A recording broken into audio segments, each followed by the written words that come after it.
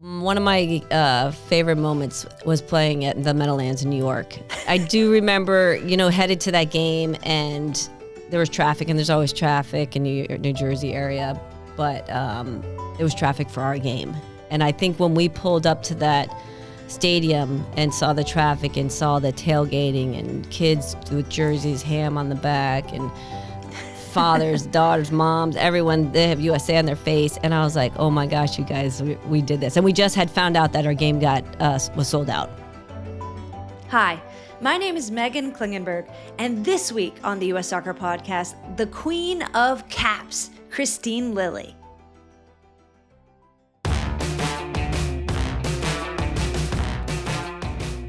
The US Soccer Podcast is presented by Henkel.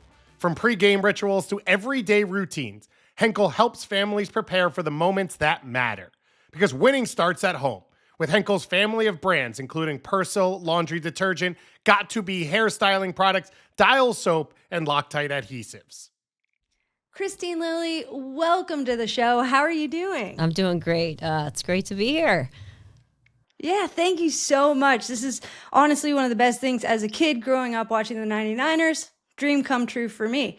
So before we get going, something I like to do is welcome our guests by hyping them up and going over their career highlights, of which you have many, so this might take a little bit of time, more than usual. Are you ready? I'm ready. I can't wait to hear this. This will be good.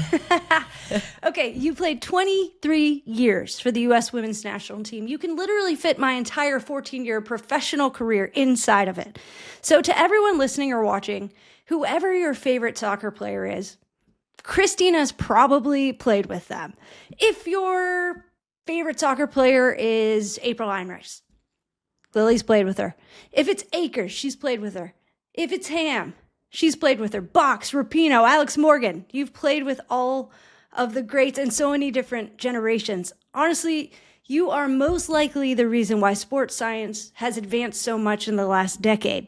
If you weren't studying in a lab, then you should have been, because a 23-year career doesn't feel like normal physiology. It feels more like Wolverine.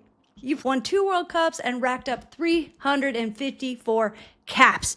That earned you the nickname, the Queen of Caps. Pretty cool. Kristine Lilly, you were the heartbeat of the USWNT, the engine on the pitch, and one of the most humble heroes the game has ever seen. Thank you so much for being here. Okay, let's start here, though. Take me back to when you were starting out in the game. The landscape in women's soccer was totally different back then. And for folks who don't know, please explain to me what opportunities existed for women at the professional level. Right. So if I think back to, I made the team in 1987. I was 16, so junior in high school. And at this point, there was no club system. I didn't play for a club team. Back then, we had ODP, which is Olympic Development Program, which kind of scouted out the top players, and you tried out. And you tried out for your state team. So I played for the state of Connecticut, where I grew up, and played that, and then made the regional team. So then they had 4 different regions that you kind of represented when you're good enough to make them. And then from that, they picked a U19 national team. And at that point, we didn't compete. We were just like, it was just on a piece of paper. But the only thing we did do one tournament, so the summer of 87, when I got invited to that. And the funny thing is, I got invited to the regional camp, and I was kind of like a homesick kid, so I didn't want to try. I was like kind of scared to go. And my parents were like, oh, this is probably something you should do. And I was so not like happy. I was like sad. So I go to this regional, and then I get picked for this team. So my parents, kids out there, your parents are always right. I make the under-19 team. At that time, the other players that made the team as well was Mia Hamm, Julie Fati, Joy Fawcett. And that's when I met those guys. I've heard a few of them. Yeah, they're all right. And then we played in a tournament with the full national team in Minnesota. And the U19 team, we went further than the full team. Right, we beat. No, I don't know. That's outrageous. Right. I didn't know this actually. Yeah. This is like lore that I'm learning now. This is my memory, but I'm sure Hyfe has probably some stats that he knows about this. And then from there, that's when Anson asked me to join the full team to a trip in China in August of '87, along with Mia, Julie, and Joy. And that was the beginning. And it kind of just happened. And soccer obviously wasn't a big deal. I was playing with boys up to high school, so they didn't have a lot of girls playing soccer, so I was playing with the boys. And you just did what you had to do. And I think one of the greatest lessons, though, I learned growing up, I was surrounded by people that never said no to me. So, like, if I wanted to play soccer, I played soccer. If girls were there, boys were there, it didn't matter. We ever just played. And then same thing with baseball. Baseball was my first love, and I played hardball till I went to high school as well. So the people that surrounded me were really just like, all right, you want to play? Go ahead. And that's kind of the messaging I felt I had growing up and kind of continued. That makes such a huge difference in especially a young woman's life growing up in the 80s and the 90s. I remember that my dad used to tell me, and I truly believed this, and I still do, that if I worked hard enough, then I could do anything that I wanted to do. But it was only if I worked hard enough. And he really made me believe that. And I felt like that's pretty special for a dad and for people to have people around you in that time period. So that's pretty cool to have such a supportive system, because there wasn't necessarily support in other areas. Like U.S. soccer was a totally different beast back then. I remember hearing stories about how you all had to wear hand-me-down men's uniforms at the national level. And so I've asked this question to a few other players, and I mentioned this example of the hand-me-down jerseys, but what is your most profound memory of that time period that sort of crystallizes the lack of money and resources that you all had to deal with? Oh, wow. This is a good question. And I think, obviously, when we were going through it, we really didn't think much of anything. I was, 16, and I was going on the road, and I signed a contract and probably signed my life away that didn't know what I was signing. But I remember we would travel and we'd get $10 a day. And I was like, well, this is great, because I was 16. I wasn't getting any money doing anything. So I think a lot of the things that were happening, we were like, oh, wow, this is kind of neat. But we didn't realize that it wasn't right in a sense. Right. So I think the hand-me-down stuff was kind of a big thing, because it didn't fit right. But I think also in the 80s and 90s, everything was kind of bigger, so who knows. And I just think if you're comparing things, it's just probably the $10 a day, and then like the travel. I think for the World Cup, which in '91 was hilarious, I think we went all the way around the world to pick up some people in Europe, and then we went and then got to China. So I just think we were just kind of like, oh, well, the women here, just have them go this way or do that and that. And then obviously we were at a stage where we didn't know any better. So we were just like, okay. Yeah, and I'm sure over the 23 years that you were with the team, you saw a lot of different progress and saw a lot of different eras of U.S. women's national team and how it was supported. And it kind of made me wonder, with such a long career, we only tend to look back, especially as fans, and see all of the highlights, right? We see the World Cup wins and the Olympic medals and the record number of caps. And I've been reading this book called The Artist's Way by Julia Cameron. Have you heard of it? I haven't.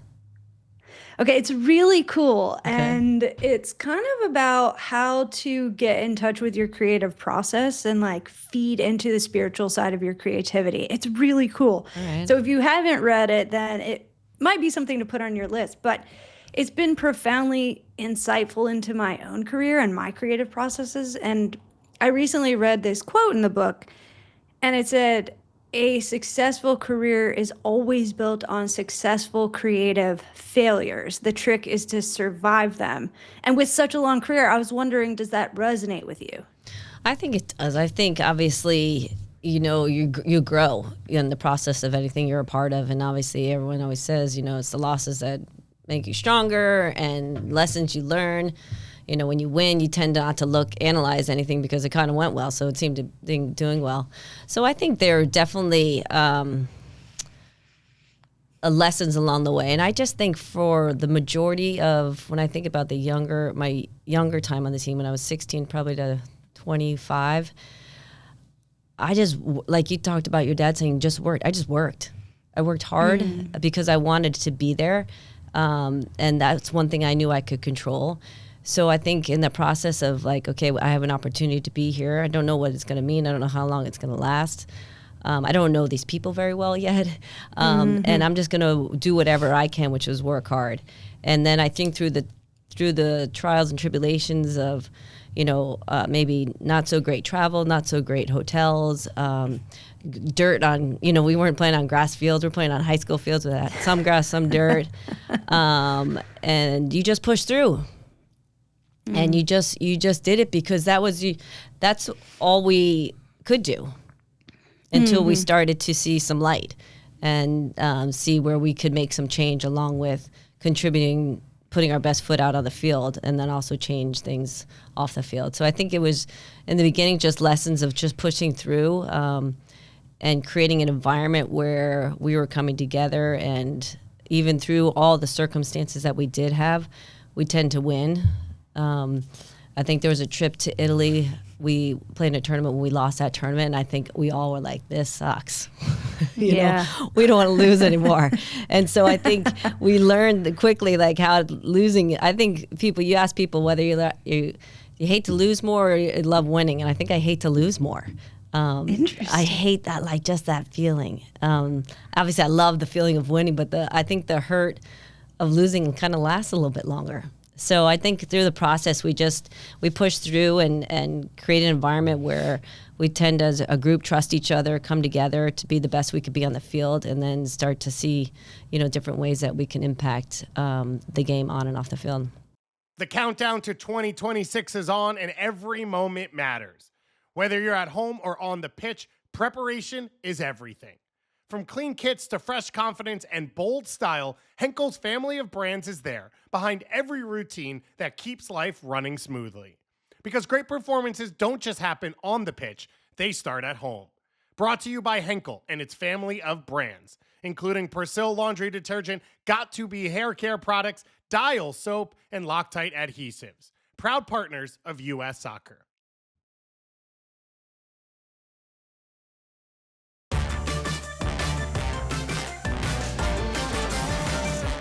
Talk to me about your iconic number of 13. Did you pick that? Does the number mean something to you? I mean, you were the person that wore that for the longest amount of time. It's like when you think of that number, you think of you. Well, some people do. Thank you. But a lot of people think of my Alex too. So yeah, well, it's pretty good company. It's great company. I think I don't have a great story. I was young on the team. I think I first actually really started with 15, and then I think older player wanted 15, so then I got 13. To be honest, that's as simple as it was. But you had seniority back then, and that was pretty much your age because no one had been around with the team just started, And then I just kind of loved it. It's everything a part of my life, and I love what Alex has done wearing it and the impact she's had. And I think I saw Olivia Moultrie wearing 13 maybe the other night. So there's been a couple different. Knopfsinger, I think, wore 13 for a bit. Did Heath wear 13 at all? I don't think she did he? 17, mostly 17. Okay. I think there's been a couple people come. So I get excited every time to see who's got 13. But it's a part of my life. My kids wear 13 too, so that's fun. That's really cute. I love that. It is funny how like these numbers kind of like get under your skin and become part of your identity. Right? You didn't even pick it, Like that happened to me too at 25 when I was with the Thorns. Okay. Yeah. So let's go to 1999. The Women's World Cup hosted here in the USA. Now later this year, the US men's national team are going to try their best to emulate something you and your teammates achieved, winning a World Cup on home soil. Let me ask you this, Kristine Lilly. How do you win a World Cup in your own country? Like, if you're writing a manual, what would go in there?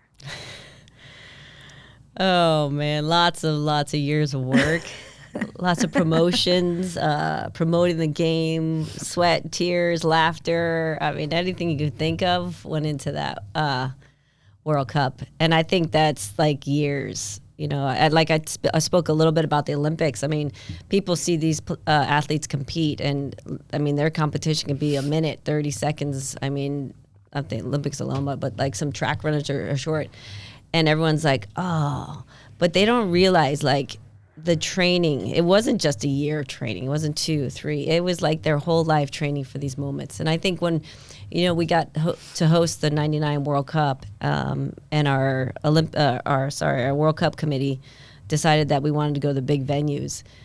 We were all like, okay. And then it was like, oh my gosh, can we do this? And it just became the same thing we've been doing, putting the work in, fighting, and not knowing what's going to happen, but we're going to do the best we can on the field, off the field, promoting it. I mean, the amounts of time we promoted things and did things was incredible. I remember the slogans, "This is my game, this is my future, watch me play." I mean, the amount of times I said that over and over again just to promote the World Cup was amazing. Still saying it. And it took a group of women to come together, 20 of us, to do the product on the field, support each other in every aspect you can, no matter where you fell on the field, off the field, or anything. And to this day, we're still on a text chain together. I mean, and it's pretty amazing. That is pretty amazing, and it feels like something that you're obviously going to be bonded over for life. And the men are about to go through something like that. I wonder, do you have any advice for them? Oh man, just enjoy it. Like I mean, when you step on, I've been World Cups in different countries than mine, and to be the host and to be on your home field is special. The fan support, just the feel from the country that they have your back. It's really kind of amazing. And we were fortunate enough to be able to travel all through the whole country. We started on the East Coast and went to the West Coast for the final. And so the impact that we felt and the love we felt from everyone was incredible. But I think overall, when the guys step out there, it's a game. It's not any different than you used to play when you were younger on 11v11. You got to go out there, you got to execute, you got to come together and have fun and enjoy it. Like, play the game. This moment's not going to come back, so you got to enjoy it as much as you can and, try to score and win. I love that. I mean, it's the same game no matter what level you're playing at, right? Like, there's 22 people on the pitch. There's referees. It's the same size ball. It's the same size 18. Yeah. Like, you know how to play. So it's the same thing. Just play like you're in your backyard. I'm wondering if you have a favorite memory from the '99 tournament, because I do of you, and I'm probably really biased. This was always my favorite memory, but now I feel extra special because I remember when you had the goal line clearance with your head against China in the final, right? Correct. Yes, so I remember that. And I actually had one too. A goal line clearance in my World Cup against Sweden. So the stakes weren't as high because we were in group stage play, but it made me feel like, oh, wow, we have something in common. Yes, I remember that. I mean, it was a moment. Like I said, there are so many moments that happen in a game. And, I mean, you could see a player that slide tackles that maybe saves the ball from giving a corner kick. That could have changed a moment. So I think there's so many in the game. And that one in '99 and yours, I mean, you could remember those. I mean, you're probably there many a times. I'm always on the post during corner kicks, so you've trained this, like to cover or wherever to go. So everyone's like, oh, you were there. I'm like, well, no, I've been doing it for like 20 years. Like, we've been training this, but it just does. You hope it never happens, and then it does, and then you feel like, oh, I did my job. I got, I was where I was supposed to be. I helped my team, and we're still alive and kicking, and it helped us win. So it was awesome. Do you have a moment that like stands out to you? Is that your moment, or do you have a different favorite memory from the tournament? There's a lot, but one of my favorite moments was playing at the Meadowlands in New York. I'm a New York Jets fan, and I had been to games watching football, and I remember going into the locker room. We happened to be the Jets locker room, and I was like, "Oh my god!" And I was taking pictures, and I think we had throwaway cameras back then. I mean, we were so I had to wait to get them developed to send to my brother.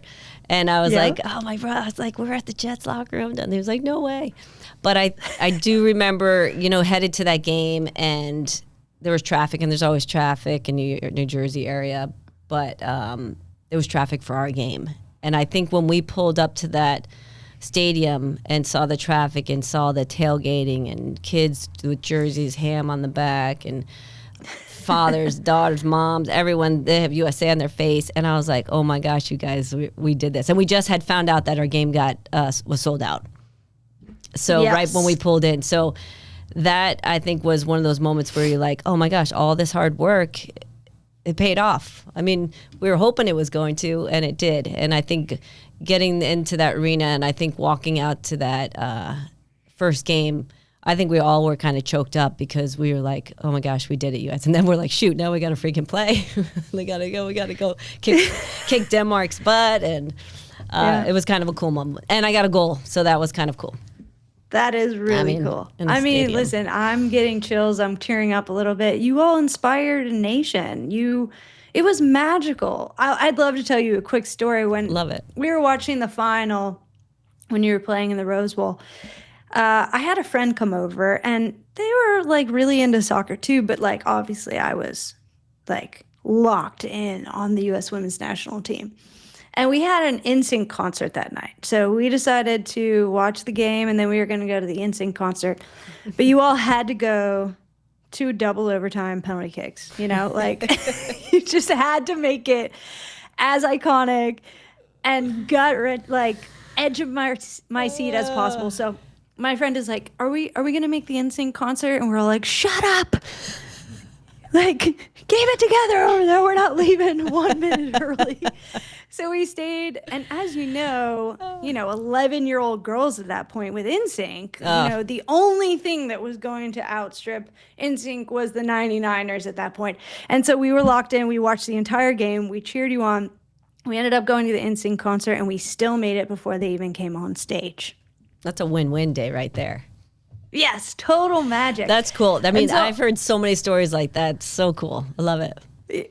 Yeah, I love hearing stories like that from like kids or people who watched the 2015 World Cup. It just kind of makes my day.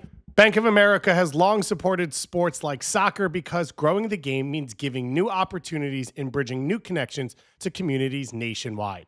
That's why they're proud to be the official bank of U.S. Soccer, championing everyone who dares to ask, what would you like the power to do? Bank of America, official bank of U.S. Soccer. Bank of America, N.A., member FDIC.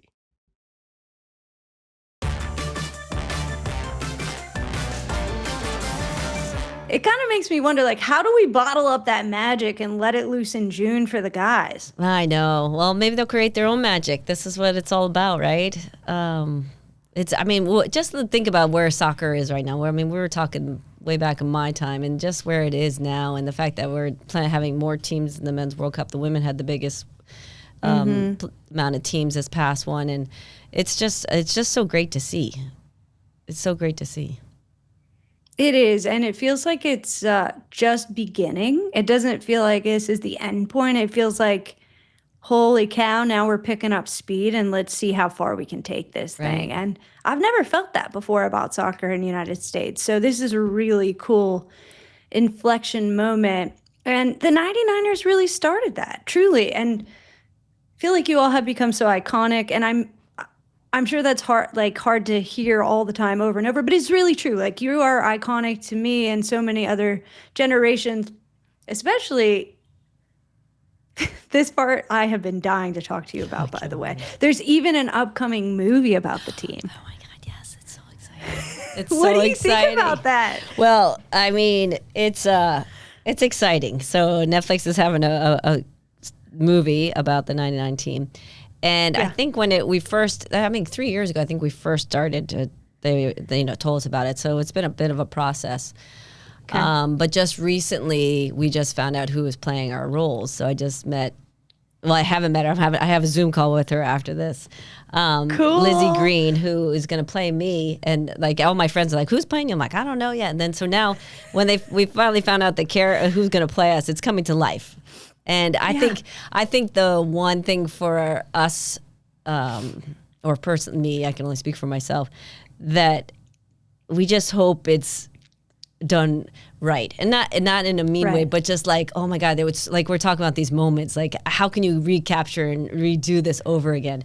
But after I talked to Carla the other day, and she had talked to her actor, and they're so excited. They're so excited to play us. They're so excited to share the story. They're going through training right now in soccer, and they're all like sore and everything. So it's just kind of neat. I think for us, maybe we're just going to relive it and hopefully, impact another generation of people that didn't know about the 99, because there's a lot of people out there that don't know about the 99 World Cup. Well, now they're going to know. I know, I'm excited to watch them find out the lore. It's going to be so cool. And I feel like growing up, you're always like, I shoot, she scores, the crowd goes wild. At least I did. Oh, yeah. And then you're like talking about with your friends who would play you in the movie. I mean, did you ever have somebody that would like stick out to you? Who would you want to play in the movie? I remember being like, you know what? I think Miley Cyrus would be cool for me. I always wanted Julia Roberts. You wanted Julia Roberts? She was my favorite. Oh, that's iconic. That would be. I mean, we're both old, so that wouldn't happen. But I always thought that would be cool. That would be cool. That is so cool. That would be perfect. And I actually totally could see that. Like, I see where you were going with that, and that does feel like big a perfect hair. Back in the day, she had big hair like me. She's exactly. So I've been watching this like really closely, the development of the 99ers, especially living in New York now, because they're always looking for extras. Yeah. And can you really call yourself a New Yorker if you haven't been an extra in a movie? I feel like that's an iconic New York experience. And so a lot of my friends who played soccer, one of them even played for Duke under Carla. They actually went out to New Jersey and they tried out to be extras in this film. And they got the call back, and they're like updating me about how it's all going. So and cool. It's just so cool to see people just still feeling so connected to your group. And I just wanted you to hear that story because I know that they would be absolutely jazzed to hear me tell you how excited they are to be like possibly even being a part of the movie. Yeah, I think that's just so neat. And the cool part is like the generation of all these players that are interested had played soccer, so they know it obviously and they follow. But like you got players that can play now. When you did movies way back, not necessarily you had a lot of players that played. Now, I think they need to go through so many of extras to create this because there's so many different teams we have to play and what they're looking for. So I think it's so cool. And if you're part of a movie, how cool is that, right? Oh, really cool. And I guess it's kind of got me thinking about, is there a scene in the story for you or the 99er chat group that you mentioned earlier that you all are kind of like looking most forward to? Do you know if there's a scene that you're like, you have to put this in there? Oh, gosh. I mean, I would think they would cover everything that was obvious. I think for me, just covering more so of what we were about, and we had fun, but we worked our ass off. We worked hard for a lot of this and pushed through things and spent a lot of time away, and then came back together. So I think that nuance is kind of might be hard to show, but I think was such a strong thing for us in the early years leading up to 99. But I don't know. I mean, obviously, I think Brandy's shirt's going to be going like this, after she scores. But I just hope it does gives that moment that it gave everybody when it happened real and relived it. Because I watched The Miracle from the 1980 hockey team, and I think in 2004 Olympics we watched that before every game.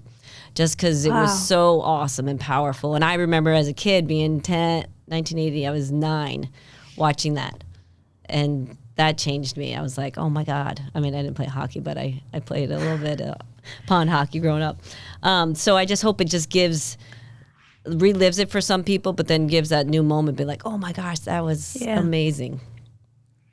I hope that they get the moment that you were talking about earlier, right? Like, I hope they shoot it in a way that feels really real and authentic when you were talking about how you were showing up to Jet Stadium in New York and how you guys didn't really know that you had sold out the venue yet, and you were finding out as you were driving up and you're seeing all of these people in US women's national team jerseys, kicking soccer ball, tailgating, ready to cheer you on, being emotional. To me, that is like the iconic moment of like, wow, we made it. And I hope that they nail that for you all. I know, I hope so too. I mean, they're working their tails off, and all the people involved are so awesome, and like they all watched it and lived it, like from obviously the stands, but want to make this great.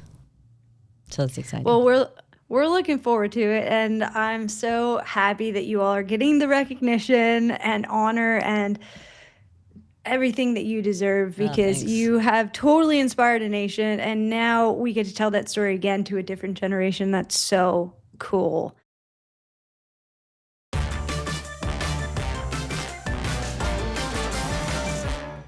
Okay.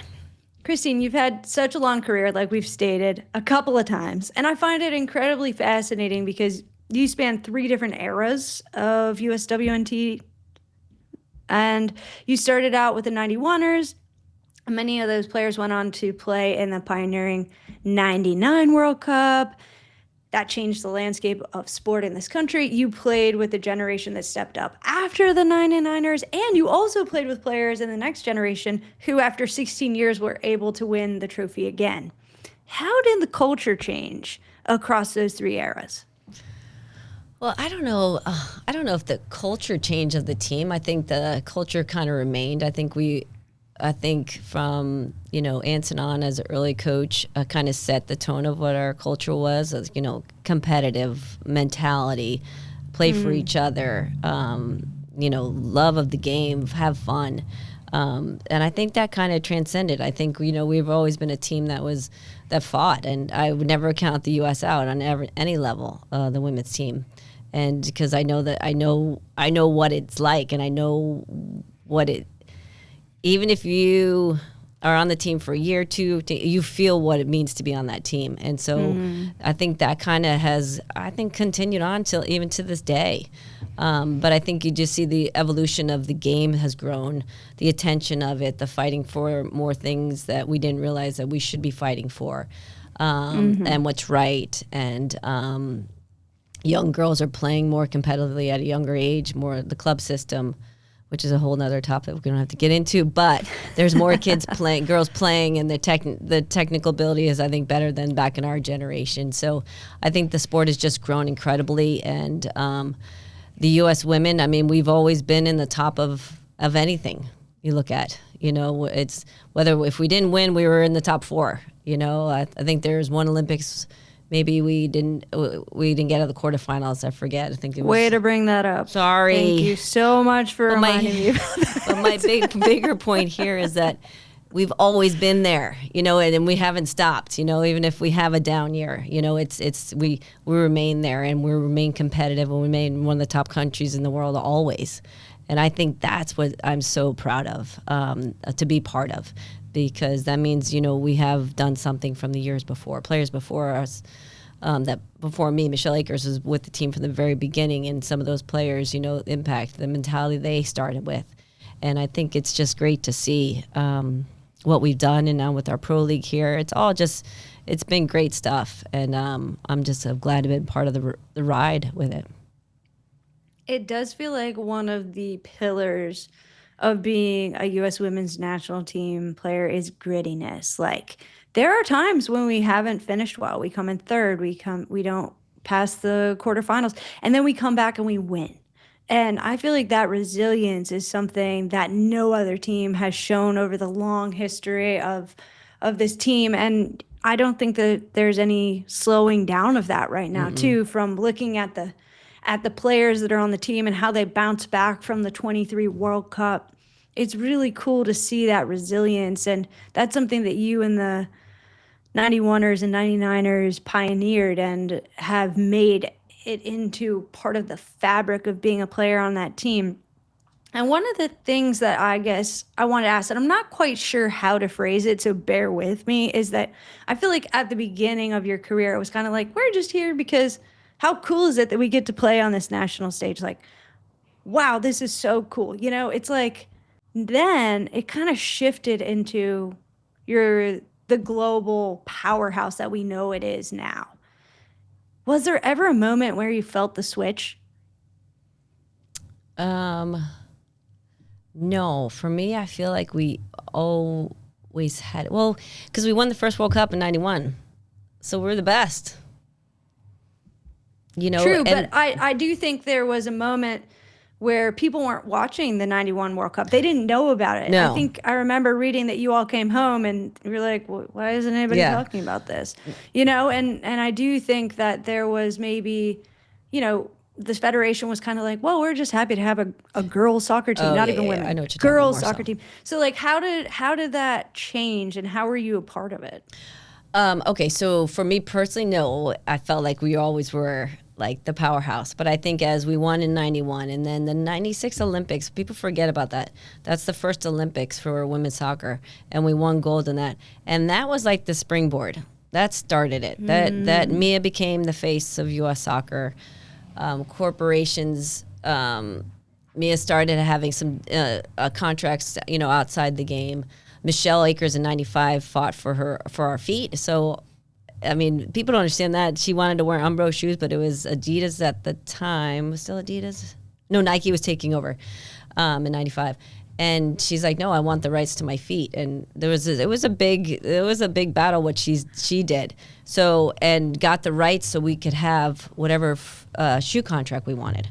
So it was okay. This is so cool because I didn't know that this was like not standard. Because when I came on the team, it was just like you wear whatever you're signed with. No, so in the when I made the team in 87 to 1994. I think it was the last year. Adidas was a sponsor. So it was from your cleats up, everything Adidas. And then Michelle, after the World Cup in 91, so attention starts to come a little bit. I mean, we didn't have a lot, but Michelle was kind of the face. She was the face of our team and got a contract with Umbro. And then they're like, well, we want you to wear the shoes. And she's like, yeah, I should be able to wear my shoes. And it was a big ordeal in 95. And I can't remember in the World Cup in 95 if she was able to or there was the contract dispute during that. And then we came in third, so I'll blame it on that. No, just kidding. So that was a huge thing. So then 96, the Olympics, first time in the Olympics, and we win that. And that Olympics was kind of like the women's Olympics. I think track and field won, basketball won, softball won, synchronized swimming won, soccer won. I mean, it was just amazing. All the things happened. So that was like the springboard, and that really started to catapult Mia in the face of U.S. soccer, and corporations started to want to do some more stuff with us. And then 99 happens, and then obviously you can see the change in many levels of TV and sponsorship. So I think when you look at that world, from 96 to 99 was kind of like a growth process, and then 99 just kind of exploded the team into not something we weren't already. We were already competing, competitive, awesome, winning, but kind of put us in a new light with, you know, we started to realize, oh, okay, so we should get paid. 95 also was the first year we had contract with U.S. Soccer getting paid. Yeah. So a lot of things happened in 95. So that was kind of the start of it all. And I think when you look at the question you might have been asking me more so is when did it change in that sense where, you know, we became something like, oh, okay, we're not just happy to be here. I mean, we are happy to be here, but we should have a contract. We should get some more payment than we are. You know, I think I'm going to call up Netflix because I think another separate movie needs to be made about this because it totally changed the landscape of sport for women and even just like sport in general in soccer, because now you look at the World Cup and everybody has the eye on everybody's boots because they're made specifically for that moment. And I didn't even know that Michelle Akers had such a big role in making that a reality. How cool is that? It's These are the awesome. little things that I'm like, yeah, this is what the world needs to know because as somebody who has been watching the game for a really long time, especially the women's national team, these are things that I always thought like, oh, if I don't know them, then I know for a fact that nobody else knows them. And it's really cool to hear you talk about it. Well, it's just, I think, I mean, I talk a lot when I do public events and speaking engagements. I talk about it's the little things. Everything you do matters. So it's just a matter of what you want to do, what kind of impact you want to make. And I remember Michelle. Michelle stood up, for herself, and that was always a great example to have as a teammate and a leader from your team. And she did amazing things, and along with some other players. I mean, from the '85 team on, there was a whole group that were the first team ever. So it's kind of cool. It is pretty cool. So one thing, I do have a little bit of a bone to pick with you, and I'm sorry that I have to do it publicly, but I do. It has to happen. Like I said in the intro, you're the most capped player in the history of international soccer. But could you not have just held out for 3 more months when I, finally came onto the scene and we could have played together? That would have been cool. I wish. I just got pregnant with my second daughter or child. I didn't know what. I know. I was like, funny story with my kids is like after 2007 World Cup, my husband and I like, well, let's try. I was, 36. So I was like, I need to start trying. And I go, if we get pregnant, I don't play in the Olympics. If I don't get pregnant, then I play. It was one of those things. And so I had my first daughter in 2008. And then it happened again after the 2010 qualifiers and then the World Cup in 2011, January of that year. That's when I retired. And then you joined soon after that. Literally January 2011. So we just missed each other. It was so close. Well, that's so good. I left, you came. That's great. It would have been fun to play, though. That would have been awesome.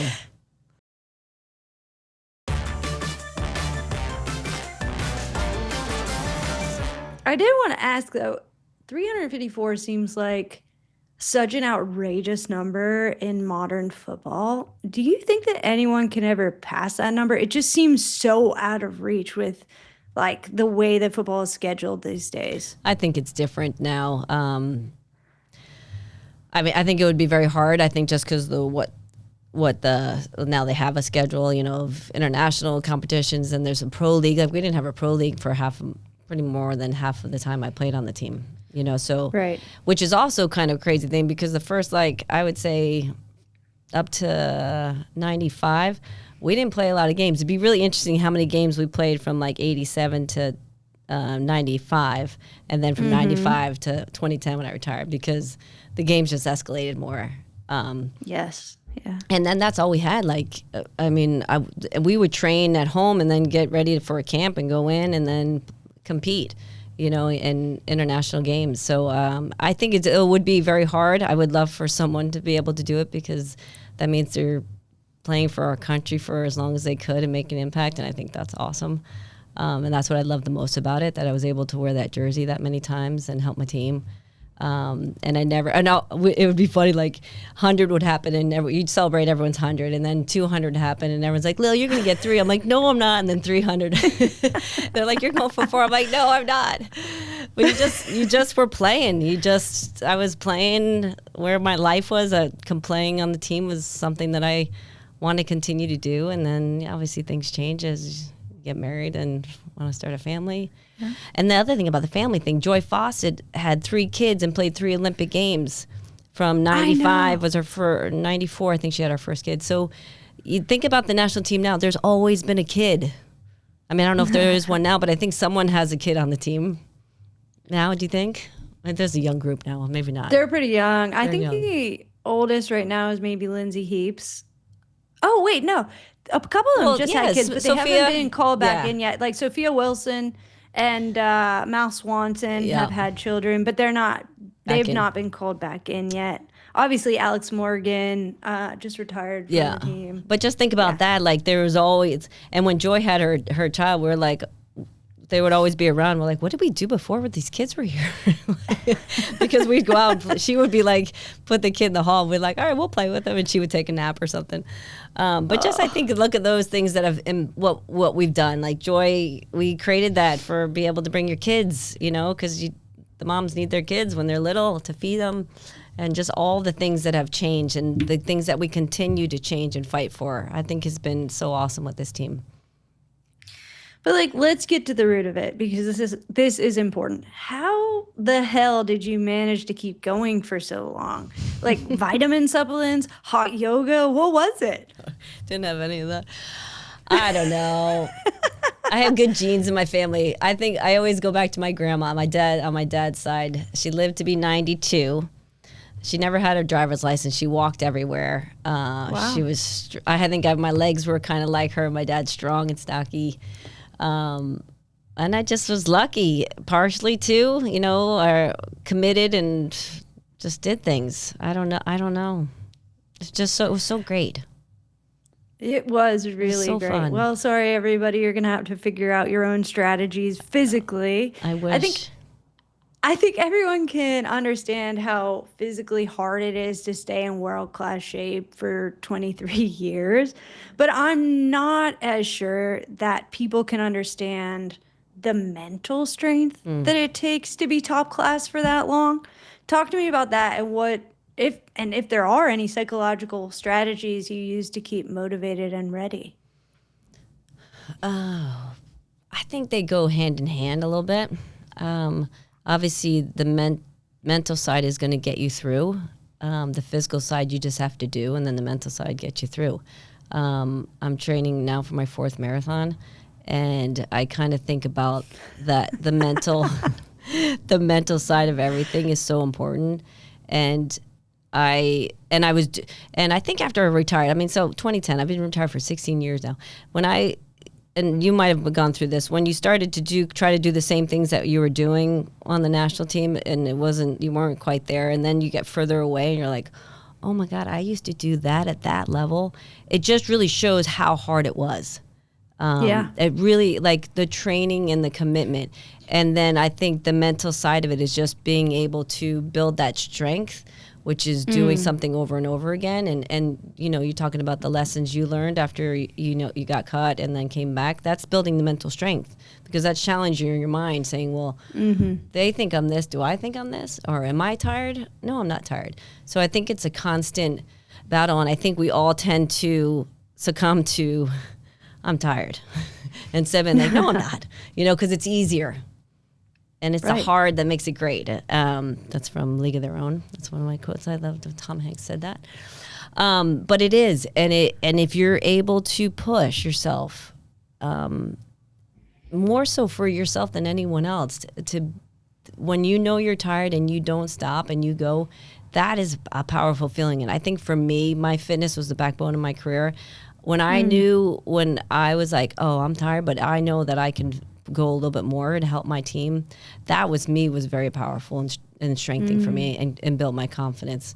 So I think you definitely need the both sides of it, and training the mental side is part of it. And it's when things suck and things get hard, what are you deciding to do then? I was thinking that I'm a little bit tired today, and I had a little bit of a rough morning because my dog was sick. And I was thinking, I'll just take a nap after this, talking with Kristine. And now I'm like, I'm going to the gym. I have to channel my inner Kristine Lilly and hit the gym. Oh, The game is so different now from when you played, even from when I started. The analytics and the stats are next level. Sports science has finally come around to the idea that women's athletes need to be studied instead of men. Nutrition and ideas about mental health are totally different than during your era, my era. Does it ever bother you a little bit that you didn't get to play in this era? I just wish I could still play. That's all. I don't care what era we're talking about. I just wish we could still play. I don't know. I don't know if I would change where we are. Obviously, I would appreciate some more of this training, but I also think, the generation, your generation too, we were built differently. We trained differently. I'm not saying it's better or worse, or now is better or worse. We got it done, and I think now, just with I think more information, we're learning a little bit more can help. Obviously, I don't know. I don't know if I could play now, because there was someone might say, well, your numbers are this, you need to rest. I'm like, what do you mean I need to rest? I'm not tired, So I don't know. Sometimes I think too much data is a lot, but I definitely think it helps with training, the mental side, breaks, be more cognizant of everybody's well-being. So it's just different. I think that's just growing with the game. But I think I'd be all right where in the 80s and 90s and some of the 2000s. I mean, I'm just grateful that I got to even be on the pitch for some of these incredible moments. And I know that you clearly feel the same way from talking to you. So I have one last question for you. And honestly, my producer's kind of cutting me off because I could talk to you for like the next 6 hours about this stuff. It's so fascinating to me. And I just really appreciate getting to have this conversation. So you've done so much in the game, but let me ask you this. What are you most proud of? I think the 23 years. 23 of them. And like we talked about when you talked about caps, I wasn't playing to play in 100 games or 200 games or 300 games. I was playing. And it is an honor to represent your country. It's an honor to be on this team, and how a small percent will ever get to step on a field or even just in the locker room or on a roster, and to know that I was able to do that for 23 years, I'm really proud of. And I think that's due to, obviously, the training and my mental state. It was also due to all the people that I surrounded myself with, from family, friends, the teammates that I had, that I played with. They're incredible people. And to be a part of a group that's a lot of studs, they're awesome players, and be able to come together and win like we have at this level is pretty amazing. So I've been so happy to have played with so many different generations of players. And sorry I missed you by a couple months. But that's been really a cool thing, just the length I was able to play and make an impact. Because I always felt that when I stopped making an impact, then that was time for me to call it quits. Kristine Lilly, you're an absolute legend. Thank you so much for coming on the show. It's been a total delight for me, and I know for everybody listening and watching. Thank you. Check engine, ABS, or maintenance light on? And O'Reilly Auto Parts is right around the corner. O'Reilly Auto Parts can help take the guesswork out of your vehicle's check engine, ABS, or maintenance light with O'Reilly Veriscan, a free service that only takes a couple of minutes to complete.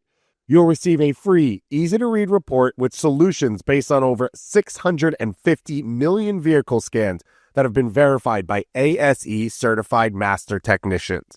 O'Reilly Veriscan can identify the most likely problem with just one scan.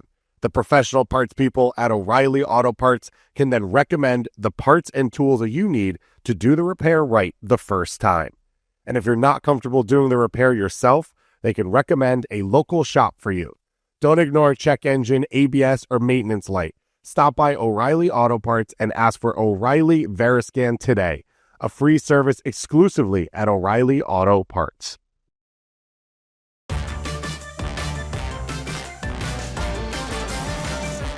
Welcome back to the U.S. Soccer Podcast presented by Henkel. My name is David Goss, and you just heard Kling talking to the Queen of Caps, Kristine Lilly. So, Kling, talk to me about the impact that the 99ers had maybe on your career. Was there any player on that team that you modeled your game after? What did that team mean to you?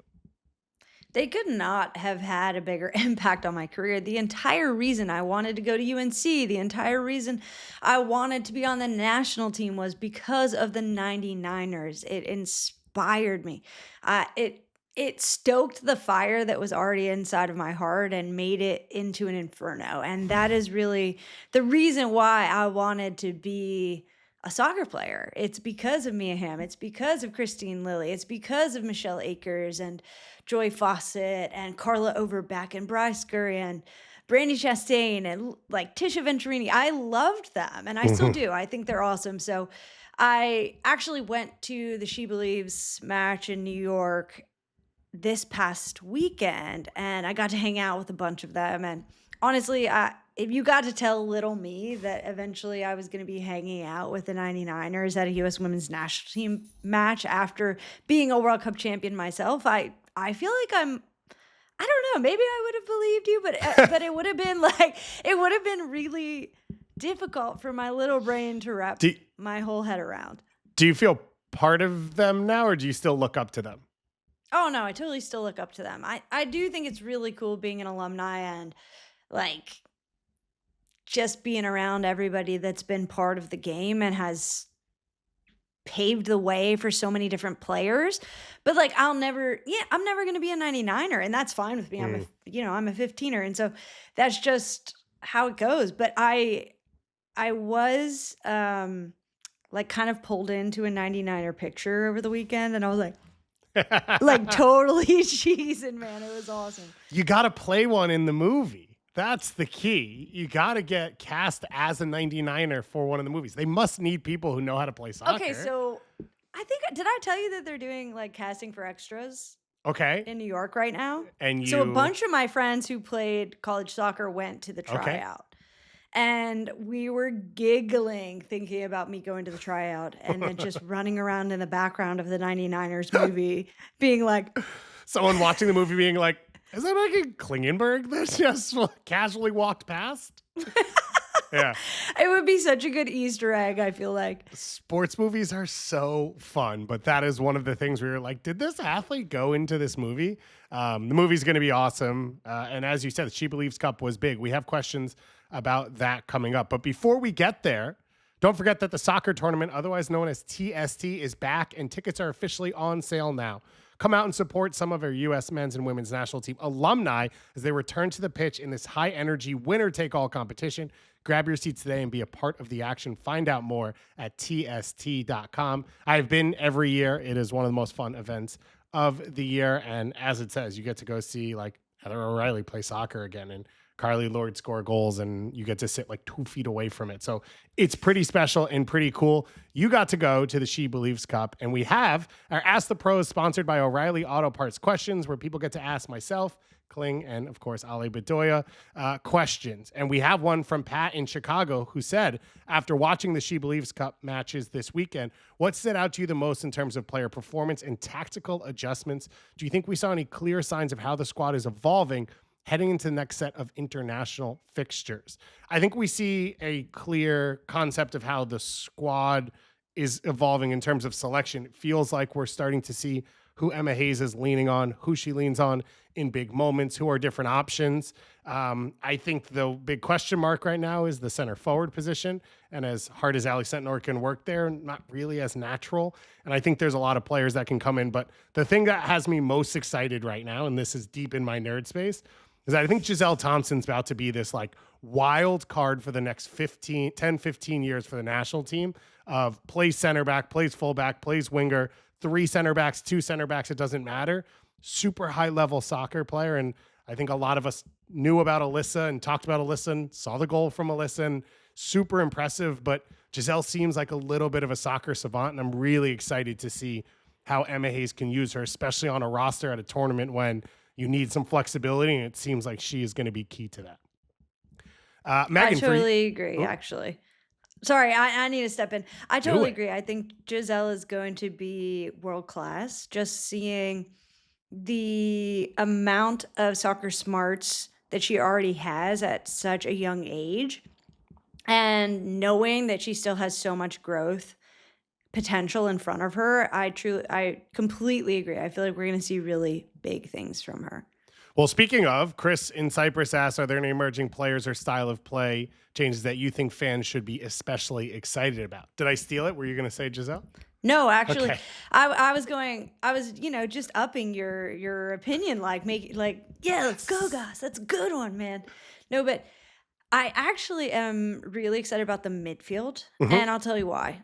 I feel like from watching the last couple of matches and how Emma has employed the midfield, I don't think that she has a starting set that she's going to use every single game. I think that she feels like she has such great depth in the midfield with different types of player profiles that she can slot together and be able to combat almost any tactical system that an opponent employs against us. So I think when we play against Argentina, you're going to see a certain set of midfielders out there, and they're going to play a different way than if we play against a European team. And you're going to put out different players there in a kind of different lineup with different tactics. I don't think we're going to see the same midfield every single game of the World Cup. I feel like this is going to be a huge tactical advantage for us as long as those players can get enough chemistry and be able to be tactically savvy enough to code switch in the middle of tournaments. It does feel like a huge progression from even the Olympics. And the way it triggers for me is, it felt like at the Olympics and before, obviously, 2023, like Lindsay Heaps was trying to do too much and carry pieces. And now she looks super comfortable to connect, get off the ball, move it. And I think that comes with the cohesion, talent, quality in that midfield. And it's, as you said, there are so many options. It is awesome to watch. And it is going to be really special. And a lot of them are very young. So a lot of them are going to continue to get better and continue to step in to those roles. If you have any questions in the future, you can ask the pros too. Drop our partners at Westwood1 8DM on Instagram at Westwood1 Sports. So thank you to Kling. Thank you to our producer, Matt Nelson, otherwise known as the Scottish Baby Man. And thank you to all of you for listening. Don't forget to follow us wherever you get your podcast. Subscribe on YouTube and never miss an episode. And we'll be back next week.